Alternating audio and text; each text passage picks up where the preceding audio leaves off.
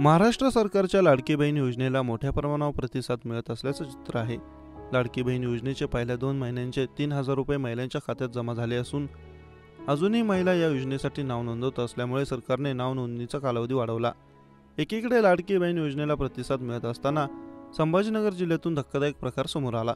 संभाजीनगर जिल्ह्यातील कन्नड तालुक्यातल्या 12 भावांनी महिलेचं छायाचित्र लावून स्वतःचा अर्ज भरल्याचं समोर आलं।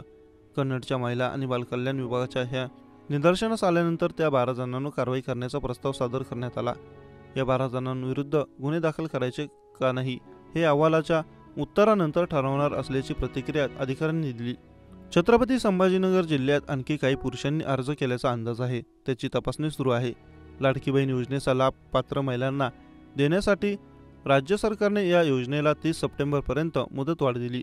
छत्रपती संभाजीनगर जिल्ह्यातील कन्नड तालुक्यात या योजनेअंतर्गत आत्तापर्यंत 92,098 अर्ज भरण्यात आले। या अर्जाची पडताळणी केल्यानंतरच भलताच प्रकार समोर आला। 12 भावांनी स्वतःच्या नावाने संबंधित पोर्टलवर अर्ज दाखल केले। आधार कार्डही स्वतःच्याच नावाचं अपलोड केलं, तसंच हमीपत्रही स्वतःच्याच नावाने भरून दिलं। पोर्टलवर फोटो मात्र अन्य महिलांचे अपलोड केले। यामध्ये या पुरुषांनी काही ठिकाणी तर स्वतःचेच फोटो वापरले आहेत।